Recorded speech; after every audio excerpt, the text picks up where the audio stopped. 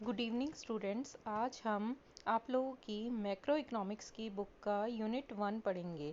इसमें हम chapter wise नहीं पढ़ेंगे, इसमें हम यूनिट वाइज पढ़ेंगे। तो टोटल यूनिट्स इसमें 5 है और उसका फर्स्ट यूनिट जो है मैक्रो इकोनॉमिक्स का वो है नेशनल इनकम। ये आप लोगों के पेपर में 10 नंबर का टॉपिक आएगा। इसमें से जो क्वेश्चन आएंगे वो 10 नंबर के आएंगे। तो फर्स्ट इसका कॉन्सेप्ट है circular flow of income. Circular flow of income का मतलब होता है कि जैसे इकोनॉमी में इनकम कोई काम करते हैं सब लोग, तो वो क्या करते हैं, दो वो कुछ गुड्स एंड सर्विसेज प्रोड्यूस करते हैं लोग, और बदले में उनको क्या मिलता है, पैसा। उसी पैसे से वो लोग गुड्स एंड सर्विसेज को ख़रीद लेते हैं। माना कोई किसी फैक्ट्री में काम कर रहा है, किसी कपड़ा बनाने की फैक्ट्री में काम कर रहा है, तो कोई दवाइयों की फैक्ट्री में काम कर रहा है, तो कोई खिलौने बनाने वाली फैक्ट्री में काम कर रहा है। ये सब लोग प्रोड्यूस तो एक एक चीज़ कर रहे हैं, लेकिन इनको ख़रीदनी तो तीनों चीज़ें हैं। ज़िंदगी में ये तीनों चीज़ें चाहिए। वैसे तो बहुत सारी चीज़ें चाहिए होती हैं, लेकिन मैं एग्जांपल लेके बता रही हूँ कि मान लो 3 लोग हैं, 3 अलग अलग तरह की फैक्ट्री में काम कर रहे हैं। वो अपने आप में एक एक चीज़ प्रोड्यूस कर रहे हैं। कोई टॉयज़ बना रहा है, कोई दवाइयाँ बना रहा है, कोई कपड़े बना रहा है। लेकिन ज़िंदगी में इन तीनों चीज़ों की ज़रूरत है, और ये तीनों लोग काम करके अपना पैसा कमा रहे हैं। और पैसा कमाने के बाद फिर ये एक चीज़ तो चलो, ये माना अपनी फैक्ट्री की ले लेंगे, माना टॉयज़ बनाने वाले ने अपनी फैक्ट्री के टॉयज़ ले लिए, ठीक है, लेकिन दवाइयाँ और कपड़े खरीदने तो उसको मार्केट में जाना पड़ेगा।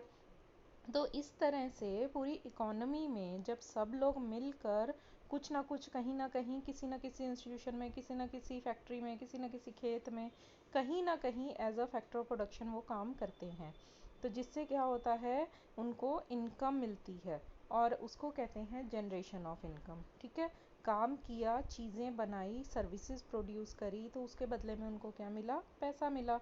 उस पैसे का डिस्ट्रीब्यूशन होता है, माना प्रोड्यूसर ने सारा पैसा लिया, फिर उसके बाद वो लैंड, लेबर, कैपिटल और अपने आप को, खुद को, रेंट, इंटरेस्ट, वेजेस, प्रॉफिट के रूप में डिस्ट्रीब्यूट करेगा अपनी फैक्ट्री में। ठीक है, माना टॉयज़ बनाने वाला ही ले लो, चलो उसका प्रोड्यूसर है, उसने सारा पैसा कमाया, फिर वो उसके बाद डिस्ट्रीब्यूशन करेगा उसी इनकम का रेंट, इंटरेस्ट, वेजेस, प्रॉफिट के रूप में। प्रॉफिट वो खुद लेगा और रेंट, इंटरेस्ट, वेजेस अपने बाकी फैक्टर ऑफ प्रोडक्शन को दे देगा, जिन्होंने मिलकर उस फैक्ट्री में काम किया। इसके बाद फिर उसी पैसे को ये लोग क्या करेंगे, खर्चा करेंगे, तो दैट इज़ कॉल्ड एक्सपेंडिचर। अगर इकोनॉमी में 100 रुपए की चीज़ें बनी है, चीज़ों की वैल्यू 100 रुपए हुई, ठीक है, उसको बेच कर, उसको बनाने में लोगों ने 100 रुपए कमाए। फिर उस 100 रुपए का क्या किया, उन लोगों ने उन पैसों को खर्चा किया। किस पे खर्चा किया, उन्हीं चीज़ों को खरीदने में। 100 रुपए की चीज़ें बनी, उसको बनाने के लिए 100 रुपए ही इनकम जनरेट हुई, मतलब 100 रुपए की वैल्यू की इनकम जनरेट हुई। ठीक है, फिर उसी इनकम को 100 रुपए को खर्चा किया। ठीक है, तो that is called generation, distribution and expenditure cycle of income. तो नेशनल इनकम जो होती है, इसी को कहा जाता है। पूरे देश में सारे लोग मिलकर जो काम करते हैं, और वो कुल मिलाकर कितना पैसा कमाते हैं या खर्चा करते हैं, या कितने रुपए की वैल्यू की चीज़ें प्रोड्यूस करते हैं। तीनों का मतलब एक ही होता है। जैसे पूरी इकोनॉमी में बहुत सारी चीज़ें बनती हैं, अगर उनकी मार्केट वैल्यू को प्लस कर दिया जाए, सबकी मार्केट वैल्यू को जोड़ दिया जाए कि मार्केट में वो चीज़ें कितने रुपए में बिकती हैं, तो भी नेशनल इनकम आ जाएगी। या लोग उन चीज़ों को बेचकर कितना पैसा कमाते हैं, तो वो भी नेशनल इनकम। वही सेम बात है, मार्केट में कोई चीज़ बिक रही है, तो उसको बेच के लोग पैसा ही तो कमा रहे हैं। तो जितने की वो चीज़ है उसको बेचेंगे तो उतना ही तो पैसा कमाएंगे। माना 100 रुपए की चीज़ है, दुकान में रखी है कि 100 रुपए की 100 रुपए का पेन है, ठीक है, दुकान वाला बोलता है, तो उसकी मार्केट वैल्यू 100 रुपए हो गई। लेकिन उस पेन को जब वो बेच देता है, आप उसे खरीद लेते हो, तो उसकी इनकम हो गई वो 100 रुपए। तो चीज़ों की वैल्यू और इनकम, वो दो चीज़ें हो गई, 100 रुपीज़। एक तो हो गई market value of goods, that is 100 rupees. दूसरी हो गई इनकम ऑफ सेलर, ठीक है, वो भी 100 रुपये होगी। अब वो सेलर उस 100 रुपये को अपने पास थोड़ा ना रखेगा, उसको आगे खर्चा करेगा, तो वो एक्सपेंडिचर भी 100 रुपये हुआ। तो आउटपुट, या फिर प्रोडक्ट की वैल्यू, या फिर लोगों की कमाई हुई इनकम, या फिर लोगों के द्वारा किया गया खर्चा, ये तीनों चीज़ें नेशनल इनकम कहलाते हैं। और ये सर्कल में चलती रहती हैं। चीज़ें बनी, लोगों ने बेची, लोगों ने बेची, पैसे कमाए, और फिर उसी पैसे से उन्होंने वापस उन चीज़ों को खरीदा। तो that is called national income और सर्कुलर फ्लो ऑफ इनकम। आगे हम इसको डिटेल में पढ़ेंगे। इसके बाद है stock, variable measure at point of time, for example national wealth, money supply. Stock का मतलब होता है कि स्टॉक इसलिए पढ़ना पड़ता है कि हमारे पास इस समय कितनी मार्केट वैल्यू की चीज़ें हैं इकोनॉमी में बिकने के लिए। अगर नेशनल इनकम हम आउटपुट मेथड से निकालेंगे तो हमें पता चलेगा कि हमारी इकोनॉमी में इस समय कितनी चीज़ें तैयार रखी हुई हैं। इस समय मतलब इस समय मान लो 9:30 हो रहे हैं, 9:30 हो रहे हैं, तो 9:30 eight a point of time कितनी चीज़ें रखी हुई हैं या लोगों के पास कितना पैसा है इस समय at 9:30, that is called stock. National income calculate करने के लिए हमारे पास स्टॉक कॉन्सेप्ट होना भी ज़रूरी है और फ्लो कॉन्सेप्ट होना भी। अगर हम पूरे साल के दौरान कितना पैसा कमा रहे हैं या खर्चा कर रहे हैं तो दैट इज़ कॉल्ड फ्लो। ठीक है, तो स्टॉक कॉन्सेप्ट का मतलब यही होता है कि eight a point of time, for example national wealth, कि इस समय लोगों के पास कितना पैसा है कुल मिलाकर, उनके घर में रखा है, उनके बैंकों में रखा है, उनके पास कितनी महंगी महंगी जैसे ज्वेलरी है या कुछ भी मनी वैल्यू की चीज़ें हैं, तो दैट इज़ नेशनल वेल्थ। या फिर मनी सप्लाई, मनी सप्लाई का मतलब भी यही होता है कि लोगों के पास कितना पैसा इस समय eight a point of time है, लोगों के पास है या फिर बैंकों में रखा हुआ है, तो ये सब चीज़ें। तो इसमें यही वर्ड ध्यान से याद रखना, eight a point of time. ठीक है, ये eight a point of time, ये वाला जो वर्ड है वो सबसे ज़्यादा इम्पॉर्टेंट है। वेरिएबल, वेरिएबल का मतलब कोई भी चीज़ हो सकती है। आपके अलमारी में इस समय कितने कपड़े रखे हुए हैं, आपके घर में इस समय कितने खाने पीने की, हम कहते हैं ना खाने पीने का स्टॉक रखा हुआ है। स्टॉक का मतलब हमारे पास at a point of time, अगर अभी किचन में जाके देखेंगे तो आपको पता चलेगा आपके पास एट 9:35 पर कितनी चीज़ें आपके पास खाने पीने की रखी हुई हैं, that is called stock. Variable measure at a point of time. Okay, next is flow. Flow का मतलब होता है variable measure over period of time, over period of time. इसमें ये पीरियड वर्ड सबसे ज़्यादा इंपॉर्टेंट है। ऊपर वाले में पॉइंट ऑफ टाइम था, इसमें पीरियड, बस इस वर्ड को ध्यान से रखना। फ्लो, फ्लो का मतलब यही है कि जैसे एक साल के दौरान कितने लोगों ने पैसे कमाए, उनको कितना खर्चा किया।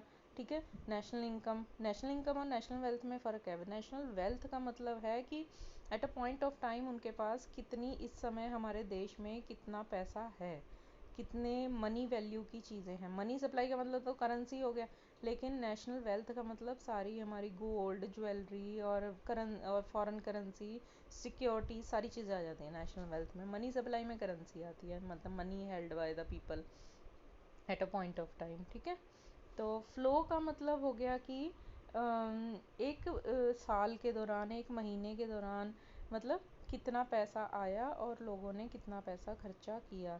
जैसे वाटर इन अ रिवर की एग्जांपल भी ले सकते हैं कि एक नदी में पानी बह रहा है, और ये तो हो गया फ्लो, कि पानी आ रहा है और जा रहा है। कोई भी कॉन्सेप्ट जो आ रहा है और जा रहा है दैट इज़ कॉल्ड फ्लो। और जो जैसे हमारा टंकी में पानी है, टंकी में पानी क्या हो गया, भरा हुआ है, वो चल नहीं रहा है, उसने नीचे नल नहीं चला रखा। अगर नल चला देंगे तो वो फ्लो हो जाएगा। अगर टंकी में भरा हुआ पानी है या मटके में भरा हुआ पानी है, उसको कोई यूज़ नहीं करा, तो दैट इज़ कॉल्ड स्टॉक। ठीक है, इसके बाद है रियल फ्लो, इसको ध्यान से पढ़ना। रियल फ्लो का मतलब है flow of factor services, flow of factor services from household to firms. Factor services क्या होती हैं? फैक्टर सर्विसेज, फैक्टर सर्विसेज का मतलब होता है रेंट, सॉरी, फैक्टर सर्विसेज का मतलब होता है लैंड, लेबर, ये लिखा हुआ है देखो, labour, land, labour, capital and producer, producer. ठीक है, ये लिखा हुआ है देखो यहाँ पे, services of factor of production, land, labour, capital and enterprise. Enterprise is also producer. ठीक है, इसको ध्यान से समझना। रियल फ्लो, देखो रियल फ्लो का मतलब है कि दो तरह के इकोनॉमी में दो तरह के लोग होते हैं। एक तो होते हैं प्रोड्यूसर जो चीज़ें बनाते हैं, और दूसरे होते हैं house hold sector, producer sector और एक हाउस होल्ड सेक्टर। प्रोड्यूसर क्या करते हैं, चीज़ें बनाते हैं और हाउस होल्ड सेक्टर क्या करते हैं, चीज़ों को खरीदते हैं।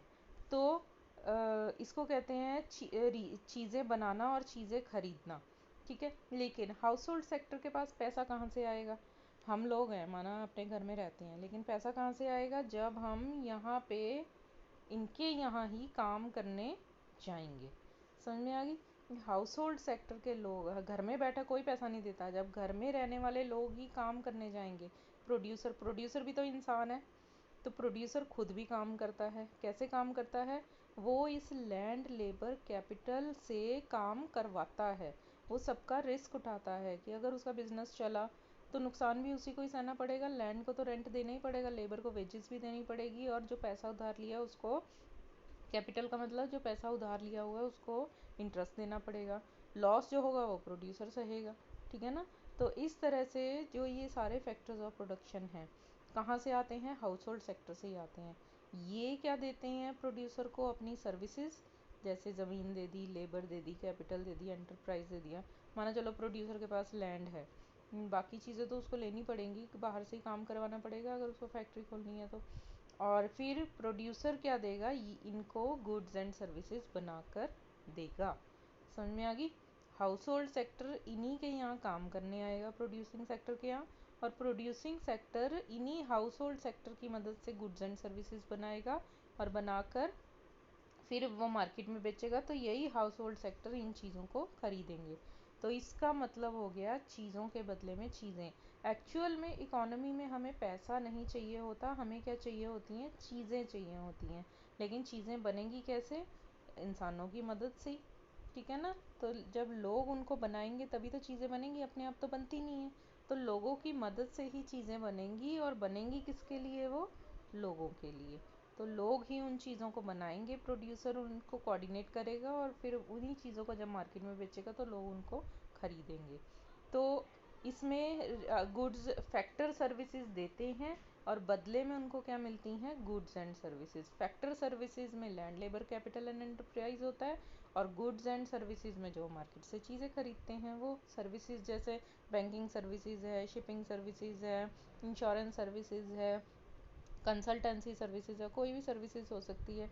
ये वाली सर्विसेज गुड्स एंड सर्विसेज जो है वो ये सर्विस इस वाली सर्विसेज से डिफरेंट है।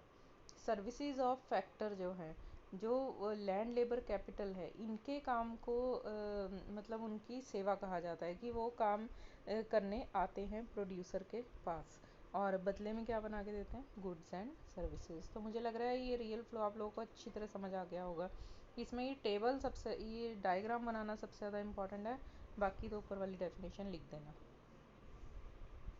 Next is money flow. Money flow में क्या होता है, मनी फ्लो में फ्लो ऑफ फैक्टर पेमेंट्स। इसमें मनी फ्लो में मनी के बदले में मनी चलती है। Flow of factor payments from firm to household, इसको याद रखना। फैक्टर पेमेंट कौन करेगा, जो फैक्टर की सर्विसेज ले रहा है। कौन ले रहा है फैक्टर की सर्विसेज, प्रोड्यूसर ले रहा है, तो प्रोड्यूसर ही पेमेंट करेगा, मतलब फर्म।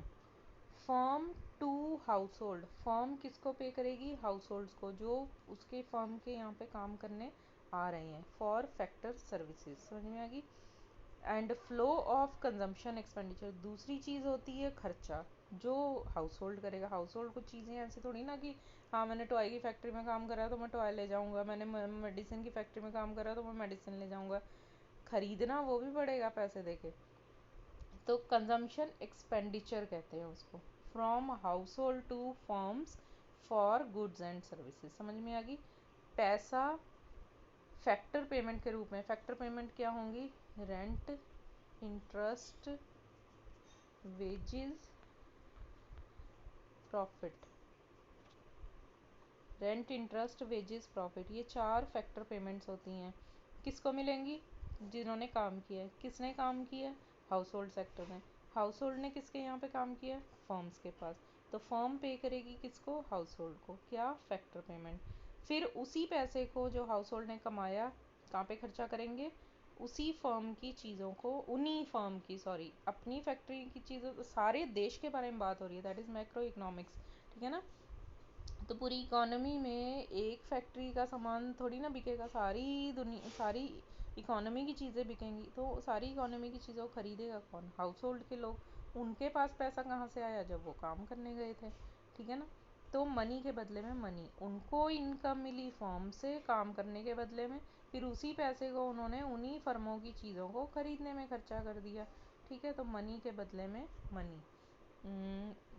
ये आप लोग इस फ्लो चार्ट से अच्छे समझेंगे। ये देखो,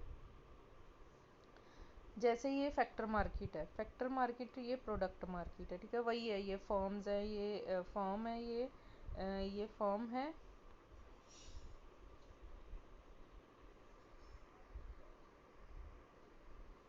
हाँ ये फर्म है, ये हाउस होल्ड है, सेम वही सेक्टर है। फर्मों ने हाउस होल्ड सेक्टर क्या करने गया था? फर्म के यहाँ पे काम करने गया था, तो फर्म ने इसको क्या किया? फैक्टर पेमेंट करी, ठीक है। फैक्टर पेमेंट करी है किस रूप में? Rent, wages, interest and profit के रूप में। मनी आई, फिर हाउस होल्ड सेक्टर के पास जब मनी आई तो फर्मों ने क्या किया था? चीज़ें बनाई थी इनकी हाउस होल्ड सेक्टर की मदद से, उन्हीं चीज़ों को ये लोग क्या करेंगे? खरीदेंगे। तो पैसा यहाँ से फर्मों से ही कमा कर किस पे खर्चा कर दिया? फर्मों के ऊपर। किसके बदले में? Consumption expenditure on goods and services. तो जो चीज़ें इन्होंने बनाई थी उन्हीं चीज़ों को मार्केट में खरीदा जा रहा है। इकोनॉमी में ही मतलब चीज़ें बन रही हैं और इकोनॉमी में ही वो बिक रही हैं। तो that is called circular flow of income in two sector economy, ठीक है। तो समझ आ गया होगा मुझे लगता है ये आप लोगों को।